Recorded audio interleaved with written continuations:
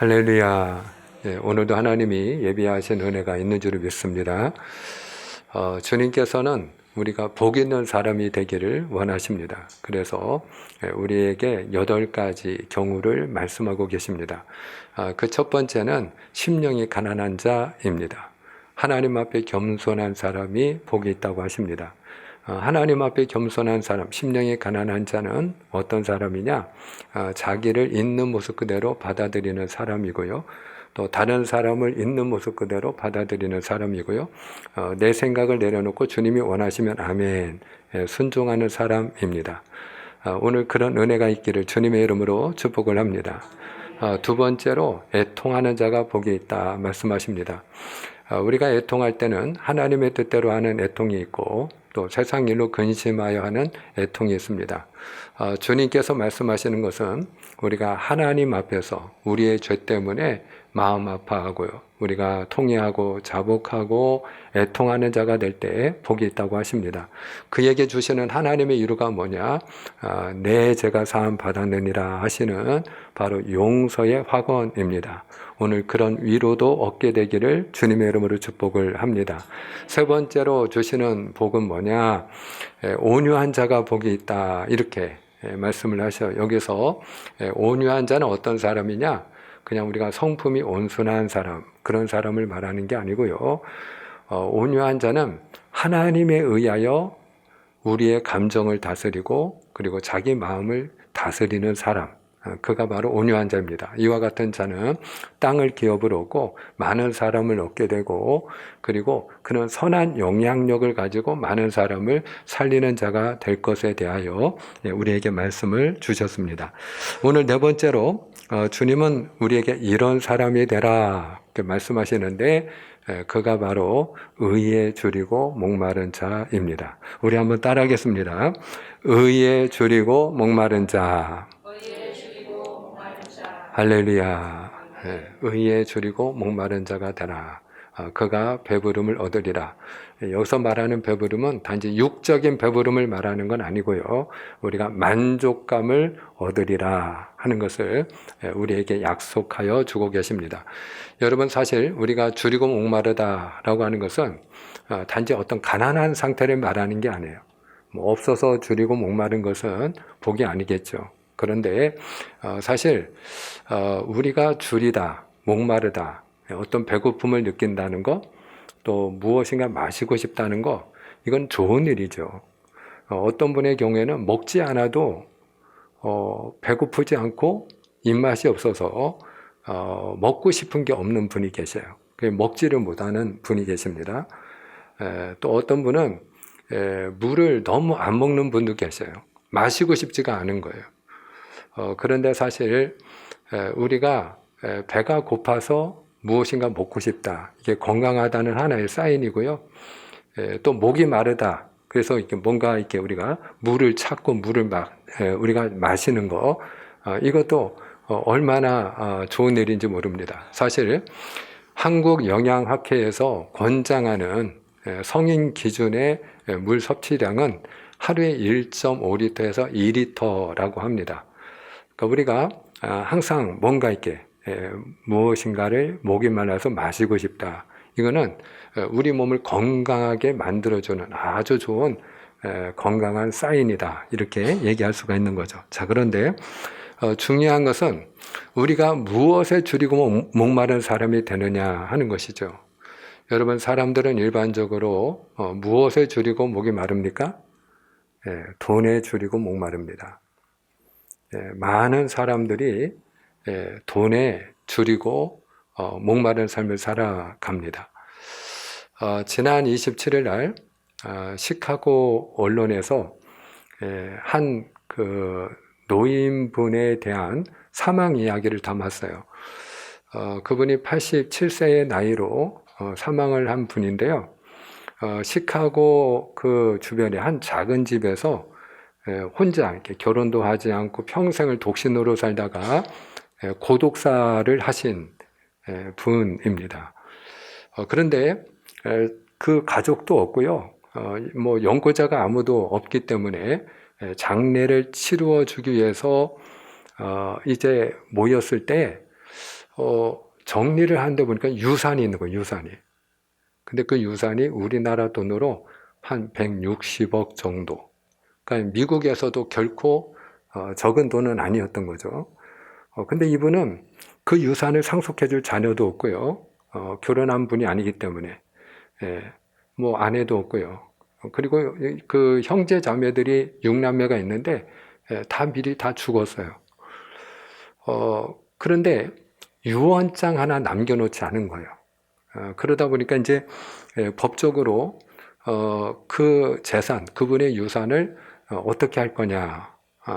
근데 이렇게 그 연고자를 찾아 가다 보니까 이분의 이름을 알지도 못하고 그리고 이분의 존재도 알지 못하는 먼 친척이 한 119명 정도 되더라는 거예요. 이분의 이름이 조지프 핸드케이라는 분인데 이분에 대해서 전혀 그 이름 한번 들어보지도 못한 그런 친척들이 그 재산을 나누어 가지게 됐다 하는 그와 같은 보도를 보았어요. 그래요. 우리가 자신을 위해서도 쓰는 것이 아깝고 다른 사람을 위해서도 쓰는 것은 아깝고 항상 이렇게 무엇인가 이렇게 모아두어야만 이렇게 마음이 좀 안정되고 그리고 편안한 그런 분들이 계시죠. 그래서 평생을 모아놓는 그런 분들이 계셔요. 지금으로부터 100여 년 전 미국의 최고의 부자, 또 세계 최고의 부자라고 하면 우리가 잘 알고 있는 사람이 있죠. 록펠러입니다. 그가 23살에 사업을 시작했는데 주유소 하나를 그가 처음에는 시작을 했어요. 그리고 그 사업이 좀 잘 되면서 한 쓰러져가는 정유회사를 그가 인수하게 됩니다. 근데 그 쓰러져가는 그 정유회사가 그 파던 그 유전지가 있는데 아무리 파도 석유가 안 나오던 그곳이 록펠러가 인수해서 파내려가는데 한 1m 더 파니까 그냥 석유가 터진 거예요. 그래서 그때부터 이 록펠러는 사업가로서 승승장구하게 됩니다. 그래서 그가 10년 만에 그 석유 사업을 하면서 미국 최고의 부자에 등극을 하게 되고요. 그리고 그가 10년이 더 지나서 43살이 됐을 때는 세계 최고의 부자가 됩니다. 그래서 미국 정유사의 95%를 이 록펠러가 다 지배를 했다고 그래요. 그러니까 우리가 지금 뭐 사실 세계적인 부자 하면 우리 귀에 익숙한 이름은 빌 게이츠잖아요. 아직까지는.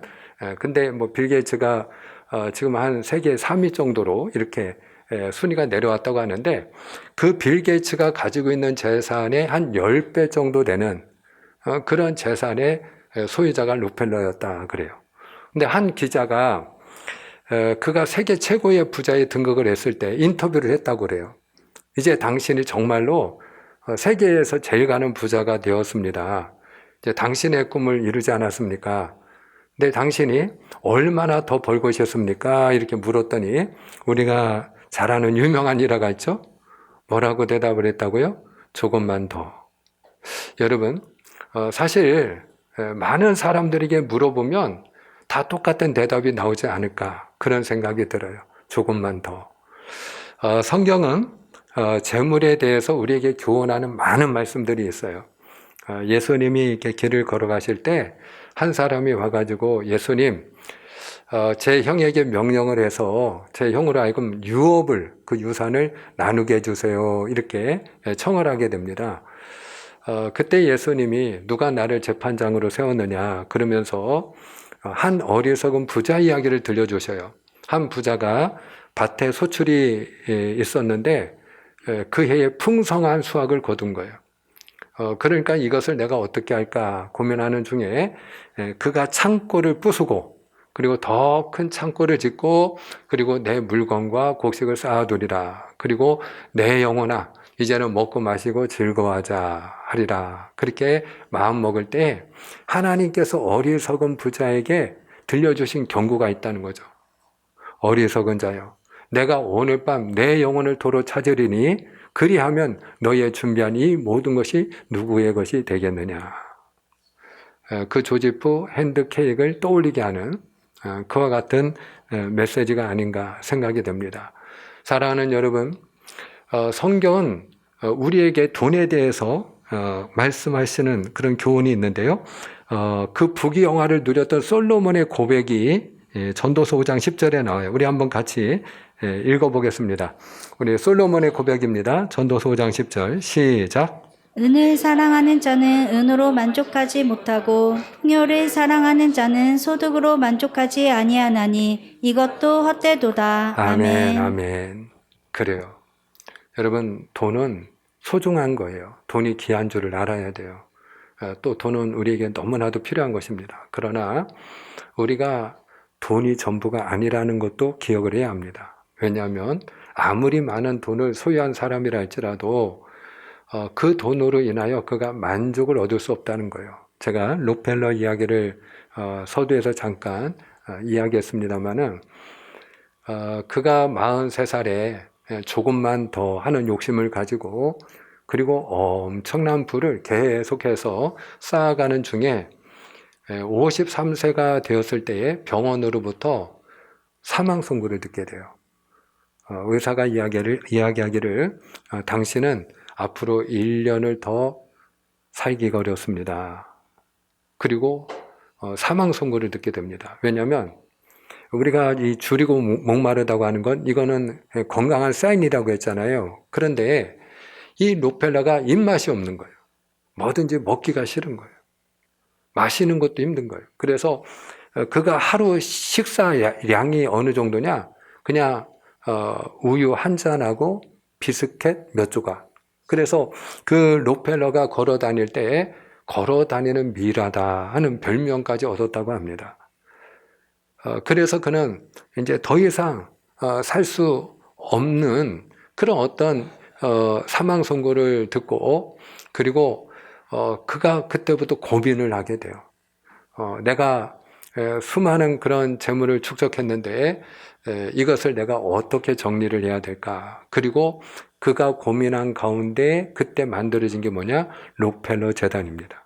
그리고 그 록펠러 재단을 통해서 그는 수없이 많은 가난한 사람들, 병든 사람들을 돕기 시작을 해요. 그리고 시카고 대학, 그 시카고 대학이 부도가 나서 그래서 그 대학에 넘어갈 때 아무 조건 없이 그 부채를 다 탕감해 주고요. 그리고 그 시카고 대학을 새롭게 명문대학으로 설립을 하게 되고요. 그리고 뉴욕에 가면 아주 관광객들이 꼭 방문하는 그런 교회가 사이드버러라고 하는 그 교회가 있는데 그 교회의 규모가 지금으로 100년 전에 지어진 교회인데도 불구하고요 4,000석이 넘는 그런 규모의 교회인데 지금도 그 교회가 아주 모든 사람들이 가득히 그 성도들이 그 자리를 메우고 예배를 드리는 아주 전통적이고 아름다운 교회로 지금도 세워져 있고요. 이 록펠러가 그 재단을 통해서 지금도 인류의 건강을 위해서 많은 의학 연구를 지금도 진행하고 있어요. 지금도 뉴욕 맨해튼에 가면은 그 록펠러 종합센터라고 해가지고 많은 빌딩들이 록펠러 재단의 이름으로 세워져 있는 것을 보게 됩니다. 여러분 그렇습니다. 우리가 돈으로 만족할 수 없어요. 많은 사람들이 또 건강에 줄이고 목마릅니다. 몸에 좋다고 하면 무엇이든지 먹고요. 또 우리가 운동도 열심히 하고, 시간과 돈도 아낌없이 우리가 또 투자를 하죠. 또 많은 사람들이 정보화 시대를 맞이해서 지식에 목마릅니다. 저는 최근에 작고하신 금년 2월 달에 고인이 되신 그 이화여대 명예교수였던 이어령 교수님, 그 이어령 교수님이야말로 아마 우리나라 최고의 지성인 가운데 한 분이 아닐까. 여기에 대해서 아마 이견이 없으리라 그렇게 생각을 해요. 근데 그분이 금년에 89세의 나이로 이제 소천을 하셨는데 그분에 대해서 이렇게 검색을 하면요. 개신교 신자라고 소개가 돼요. 그런데 그분이 사실은 무신론자였습니다. 그분이 세례를 받은 것은 그분 나이 74세, 지금으로부터 15년 전에 그분이 세례를 받아요. 근데 그 세례를 받게 된 동기가 그분이 이남 일녀를 두었는데 그 외동딸인 이민아 목사, 그분이 본래는 직업이 국제 변호사였다고 해요. 근데 이제 개인적인 어떤 그런 어떤 이유로 인해서 이제 다시 그가 신학을 하고 목사가 되고 그렇게 했습니다만은 그 딸이 갑상선 암을 가지게 됩니다. 그리고 그 암 투병을 하다가 시력을 잃어버리게 돼요. 근데 그 아버지가 그 딸을 위해서 해준 게 아무것도 없는 거예요. 근데 그 딸은 하나님을 믿는 딸인데 그 아버지가 무신론자로서 그 딸을 위해서 약속을 하나 했다고 합니다. 너가 믿는 하나님이 너의 시력을 만약 회복시켜 주신다면 내가 하나님이 살아계신 걸 인정하고 하나님을 섬기겠다. 그렇게 약속을 하고 하나님 앞에 소원 기도를 했다고 합니다. 그런데 놀라운 일이 일어났어요. 거짓말처럼 시력이 회복된 거예요. 할렐루야. 그래서 그 망막박리 증세로 인해서 모든 의사가 이제는 실명을 단정 짓는 그런 상태였는데도 불구하고 거짓말처럼 그 증세가 사라지면서 시력이 회복되어 가지고 그때에 이분이 세례를 받게 돼요. 그리고 10년이 지나서 지금으로부터 한 5년 전에 유명한 책을 이분이 하나 출간을 하게 되는데 그게 바로 지성에서 영성으로입니다. 근데 그 지성에서 영성으로라는 그 책에 보면은 이분이 어떤 고백을 하고 있는가 하면 그 사랑하는 딸이 암투병을 하고 그리고 시력을 잃고 그렇게 고통 가운데 있을 때에 자기가 그렇게 평생 쌓아온 그 지식, 내가 자랑하는 그 지식이 내 딸을 위해서 아무 쓸모자개도 없더라는 거예요. 내가 가지고 있는 지식을 가지고 그 딸을 위해서 할 수 있는 일이 아무것도 없더라는 거예요. 그래서 인간의 지식이 얼마나 보잘것없는 것인가. 그래서 지성에서 영성으로라는 제목으로 그분이 책을 출간했어요. 한 아기 물고기가 엄마 물고기에게 물었다고 해요. 엄마, 바다가 뭐야? 그러니까 이 엄마 물고기가 곰곰이 생각을 하다가 바다에 대해서 들어본 적이 있긴 한데 엄마도 바다가 뭔지는 모르겠다. 그리고 대답을 했다라는 거예요. 여러분, 엄마 물고기가 바다 물속에 살고 있지만 바다를 본 일이 없는 거예요. 그러니 바다를 알지 못하는 거예요. 저는 굳이 그 광활한 바다가 아니라 우리가 관상용으로 보고 키우는 그런 수족관에 있는 물고기를 알지라도 그 수족관 안에 있는 물고기가 과연 그 수족관이 자기를 담고 있는 수족관이 얼마나 큰지 어떻게 생겼는지 알까요? 여전히 그 수족관 안에 있는 물고기도 자기를 담고 있는 그 수족관의 크기와 그 생김새를 알지 못할 거예요. 여러분, 우리 인간도 마찬가지라고 생각합니다. 우리가 어디에서 살고 있어요? 하나님이 지으신 세계. 할렐루야. 저나 여러분이나 모든 하늘 아래 이 땅에 살고 있는 사람들은 하나님이 지으신 세계에서 살고 있는 줄을 믿습니다. 그러나 우리를 지으시고 이 모든 세계를 지으신 하나님은 너무나도 크신 하나님이시기에 우리가 그분을 보지 못함으로 인하여 우리의 지식으로는 그 하나님을 다 알 수가 없는 거죠. 그래서 하나님은 특별 계시가 담겨 있는 성경을 통해서 나는 이런 여호와 하나님이다. 그리고 하나님에 대해서 우리에게 보여주시는 만큼 우리가 하나님을 알게 되는 줄을 믿습니다. 여러분, 사실 지식이라는 게 우리가 아무리 자랑하고 뭐 대단한 문명을 자랑하고 그러지만 보잘것없다라는 거예요. 많은 사람들이 쾌락에 줄이고 목마릅니다. 그래서 어디 가면 맛있게 한대. 그래 맛집을 찾아다닙니다. 어디 가면 볼거리가 있대. 여행을 떠납니다. 그래서 재미있게 살려고 얼마나 애를 쓰는지 몰라요. 어떤 분들의 경우에는 인생의 목적이 뭐냐, 무엇을 위해서 사느냐 그러면 당당하게 잘 먹고 잘 놀고 재미있게 사는 거지 라고 대답하는 분들이 많이 계세요. 많은 분들이 인기에 줄이고 목마르고 명예, 권력에 줄이고 목마른 삶을 살아가요. 근데 우리가 한 가지 분명한 사실이 있어요. 그게 무엇인가 하면 이 모든 것을 다 틀어진 사람이라 할지라도 그 마음속 깊은 곳에 그 공허감이 자리 잡고 있다라는 거예요. 그리고 이 모든 것을 가지지 못한 사람은 가지지 못한 대로 그 마음에 여전히 불만이 가득한 삶을 살아간다는 것이죠. 그래서 여러분, 사람들이 자꾸 손을 대고 가까이 하는 게 뭔지 아세요? 그게 바로 마약이에요. 특히 우리나라의 경우에도 여러분 더 이상 마약 청정국이 아닙니다. 지난달 25일에 서울 용산구 한 저택에서 50대 남자가 사망한 채 발견이 됐어요. 그래서 그 남자의 사망 원인을 알기 위해서 부검을 했는데요. 그 남자의 위장에서 이렇게 비닐봉지로 밀봉된 마약 봉지가 100봉지가 넘게 나왔다라는 거예요.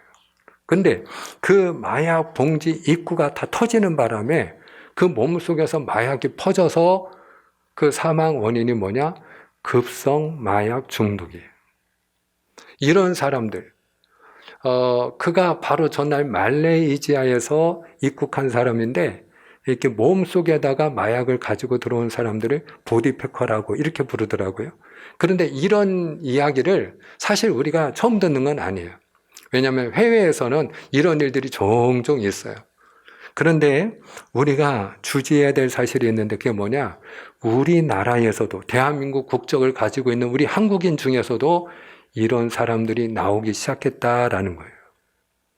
사실 예전에는요, 그분이 배우라든지 방송하는 사람이라든지 아니면 가수라든지 이런 유명한 연예인들이 종종 그 마약에 손을 댔다가 우리가 이렇게 신문도 연예인 뉴스 이런 데서나 종종 접했어요. 그런데요, 지금은 그렇지 않습니다.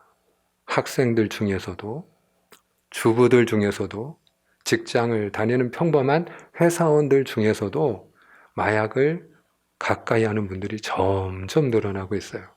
그래서 얼마 전에도요, 서울 강남의 한 야외 카페에서 한 남성이, 40대 남성이 그 빨대 같은 걸 이렇게 손에 잡고 뭔가 흰 가루를 자꾸 흡입을 하더라는 거예요. 그래서 그걸 이상하게 여긴 손님 한 사람이 경찰에 신고를 했는데 경찰이 그 사람을 체포하고 보니까 그게 마약이었다라는 거죠. 이제는 우리 주변에서 많은 사람들이 접하고 있어요. 금년 같은 경우에 검찰에서 금년 7월까지 검거한 마약 사범만 1만 명이 벌써 넘어간다고 합니다. 지금 추세 같으면 2만 명은 될 거라고 그래요. 여러분, 그렇게 많은 사람들이 왜 이렇게 마약에 손을 댈까요? 그건 다름에 있지 않아요. 우리 마음속에 채워지지 않는 공허함이 있기 때문이죠. 어떤 사람은 불안하고 어떤 사람은 두렵고, 그러니까 가진 사람은 가진 자의 어떤 공허함이 있고 없는 사람은 없는 사람의 어떤 불안과 두려움이 있고 채워지지 않는 것을 무엇인가로 채우기 위해서 만족함을 얻기 위해서 결국 그들이 손대는 게 뭐냐? 그게 바로 마약이에요.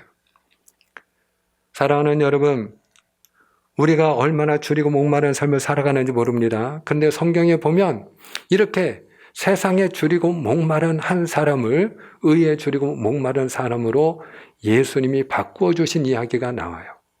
그가 누구냐면요, 수가성 여인입니다. 수가성 여인. 예수님이 사마리아를 지나가다가 그 한 수가성의 우물가에 예수님이 방문을 하게 돼요. 예수님이 그 우물가에 앉아 계시는데 수가성 여인이 우물을 길러 정오 12시에 그 뜨거운 시간에 물 길러 나온 겁니다. 예수님이 내게 물 좀 다오. 그러니까 이 여인이 반문을 하는 거예요. 아니, 당신은 유대인 아닙니까? 유대인으로서 어떻게 사마리아인 여자인 나에게 물을 달라고 합니까? 예수님이 너에게 물을 달라는 이가 누구인 줄 알았더라면 너가 그에게 구하였을 것이요 그가 내게 생수를 주었으리라, 이렇게 말씀을 합니다. 그랬더니 이 여인이 아니, 당신 손에는 물 기를 그릇도 없고 이 우물은 너무나도 깊은데 어디서 물을 얻겠습니까? 그때에 주님께서 이 여인에게 들려주신 말씀이 있는데 우리 같이 한번 확인합시다. 요한복음 4장 13절 14절입니다. 자, 예수께서 시작. 예수께서 대답하여 이르시되 이 물을 마시는 자마다 다시 목마르려니와 내가 주는 물을 마시는 자는 영원히 목마르지 아니하리니 내가 주는 물은 그 속에서 영생하도록 솟아나는 샘물이 되리라. 아멘. 이 물을 마시는 자마다 다시 목마르겠지만 내가 주는 물은 영원히 목마르지 아니하리니 그 속에서 영생하도록 솟아나는 샘물이 되리라. 그랬더니 여인이 주님, 눈이 번쩍 떠갖고 그런 물이 있다면 저에게 주시어서 제가 다시 이 우물물을 기르러 오지 않게 하옵소서. 그때 주님께서 툭 던진 말씀이 내 남편을 데려오라 하는 말씀이었어요. 그랬더니 이 여인이 얼마나 당황을 했겠어요? 한마디로 딱 잘라서 저는 남편이 없습니다. 그때 주님께서 말씀하세요. 남편이 없다는 내 말이 옳다. 너에게 남편 5이 있었고 지금 너와 함께 사는 남자도 남편이 아니니 내 말이 옳도다. 라고 그 여인의 폐부까지 찌르듯이 그 형편을 다 아시고 주님이 말씀을 하신 거예요. 그때에 여인이 너무나도 놀란 나머지 감동을 받고 주여 당신은 내가 보니 선지자로소이다. 그러면서 이 여인의 주제가 확 바뀌어요. 이 여인의 주제가 무엇으로 바뀌느냐? 예배에 대하여 이야기합니다. 주님, 우리 조상들은 이 산에서 예배해야 된다고 하는데 당신들의 말에는 예루살렘에서 예배해야 된다고 하더이다. 그때 주님께서 이 여인에게 놀라운 말씀을 들려주십니다. 이 산에서도 말고 예루살렘에서도 말고 장소가 중요한 게 아니라는 거죠. 너희가 아버지께 예배할 때가 오나니 그 다음에 우리가 잘 아는 너무 놀라운 말씀. 아버지께 참으로 예배하는 자들은 영과 진리로 예배할 때가 오나니 곧 이때라. 아버지께서는 이렇게 자기에게 예배하는 자들을 찾으시느니라. 예배하는 자는 영과 진리로 예배할지니라. 여러분, 한마디로 세속적인 것에 목말랐던 이 여인에게 주님께서 말씀하여 주신 것은 무엇입니까? 의에 줄이고 목마른 자는 다름 아니라 영과 진리로 예배하는 자라는 거예요. 할렐루야. 그렇습니다. 사랑하는 여러분, 그러므로 오늘 의에 줄이고 목마른 자가 되기를 주님의 이름으로 축원합니다. 그러면 우리가 예배를 사모하며 의에 줄이고 목마른 자가 정말로 주려하고 목말라 하는 그 의의는 뭐냐라고 할 때에 여러분 간략하게 이야기하면 첫째는 하나님에 대하여 목마른 것입니다.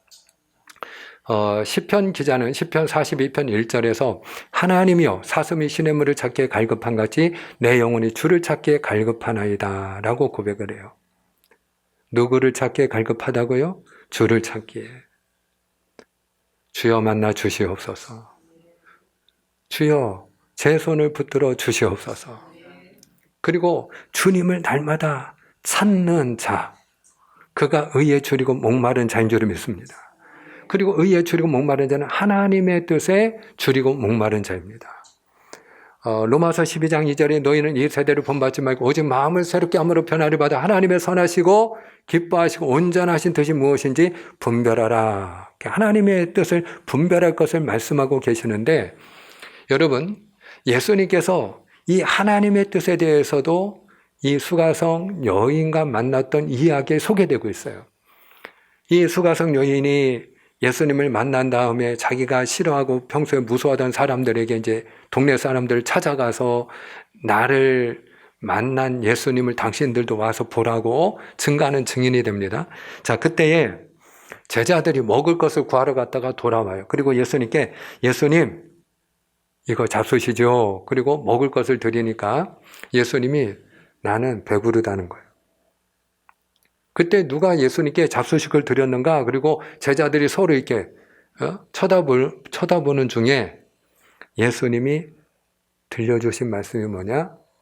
요한복음 4장 34절에 보시면 나의 양식은 나를 보내신 이의 뜻을 행하며 그의 일을 이루는 이것이니라. 할렐루야. 나의 양식이 하나님의 뜻을 행하는 것이래요. 하나님의 일을 이루는 것이래요. 그래요. 예수님이 세속에 줄이고 목말랐던 한 수가성 여인을 의에 줄이고 목마른 여인으로 바꾸어 놓으시고, 그리고 예수님은 이미 그 영혼이 만족하고 배부름을 얻으셨던 것이에요. 그게 바로 하나님의 뜻이었고, 그게 바로 하나님이 이루시는 일이었기 때문이에요. 하나님의 뜻을 사모하는 자가 되기를 축원합니다. 그리고 무엇보다도 이 말씀으로 맺고자 하는데, 여러분, 의에 줄이고 목마른 자는 하나님의 나라에 줄이고 목마른 사람이에요. 마태복음 6장 33절에 보면 너희는 먼저 그의 나라와 의를 구해라. 그리하면 이 모든 것을 너희에게 더하시리라. 여기 보면 하나님의 나라와 의를 같은 의미로 쓰고 있어요. 그걸 주목하셔야 돼요. 하나님의 나라와 의를 구하라. 그의 나라와 의, 하나님의 나라와 의를 같이 쓰고 있어요. 그러니까 의에 줄이고 목마르다는 것은 우리가 무엇에 줄이고 목마른 사람이 되어야 복이 있다는 말씀이냐? 하나님의 나라에 줄이고 목마른 자가 될 때 그가 배부름을 얻고 만족한 삶을 산다라는 거예요. 그가 복이 있다라는 거예요. 제가 오늘이 30일이니까 이틀 전이네요. 28일자 중앙일보에 보면 그 중앙일보에서 이렇게 의료 정보라든지 어떤 그 의료에 대한 어떤 의학에 대한 정보들을 이렇게 기사로 이렇게 연재하는 코너가 있거든요. 근데 그날 이렇게 제가 이렇게 저는 이렇게 언론을 이렇게 두루 살피는 편인데 제목이 뭔가 하면은 의학 정보를 다루는 코너인데요. 무엇을 받길래 제 눈을 끌더라고요. 의사가 칼럼을 썼는데 제목이 무엇을 받길래. 그래서 제가 그 기사를 이렇게 읽어 내려갔는데 그 의사는 서울대 암병원 종양내과 전문의로 일을 하고 있는 김범석이라고 하는 교수였어요. 김범석 교수. 암 전문의였던 거죠. 근데 자기가 겪은 일을 거기다 써놨더라고요. 한 폐암 말기 환자가 자기가 이제 회진을 돌 때마다 이분의 소원이 뭐냐? 제발 저 좀 죽여주세요. 이 고통에서 멈출 수 있도록. 너무 고통스럽고 너무 괴롭기 때문에 제가 이 고통을 멈출 수 있는 길은 죽음밖에 없으니 제발 저로 하여금 죽게 해주세요. 이 의사 선생님한테 갈 때마다 매달리는 거예요. 그러면서 따지기도 하는 거예요. 왜 우리나라는 안락사가 안 되느냐고. 이 고통을 멈출 수 있는 길은 죽음밖에 없는데 나한테는 더 이상 살 소망도 없는데 왜 죽지도 못하게 하느냐고 이제 따지는 거예요. 그러다가 어느 날 이분이 혈압도 떨어지고 말 그대로 임종의 순간이 온 거예요. 그래서 이분을 늘 진료하던 이 교수가 이분이 정말 이제 소원하던 대로 고통을 멈추는 순간이 이분에게 찾아왔구나. 그리고 지켜보는데 근데 이분이 갑자기 모든 기능이 다 떨어지고 정지되어 가는 그 순간에 살려주세요 그러더라고요. 자기가 살아야 된다는 거예요. 그런데 이 의사가 직감적으로 느낀 건 뭐냐? 단순한 변심은 아니라는 거예요. 그렇게 고통 때문에 괴로워서 죽고 싶어 하던 이분이 무엇을 받길래? 이분의 물음표는 그거예요. 무엇을 받길래? 이분이 그 죽음의 순간에 나를 살려달라고 내가 살아야 된다고 호소하는 것일까? 수십 년 동안 수많은 사람들의 임종을 지켜본 그런 분들 가운데 장의사들 중에는 그런 얘기를 종종 합니다. 사람이 죽기 전에 뭔가를 본다는 거예요. 그래서 어떤 사람은 그 얼굴이 편안한 얼굴로 죽음을 맞이하는 사람이 있는가 하면 어떤 사람은 공포에 질려서 고통에 일그러진 얼굴을 하고 죽음을 맞이한다는 거예요.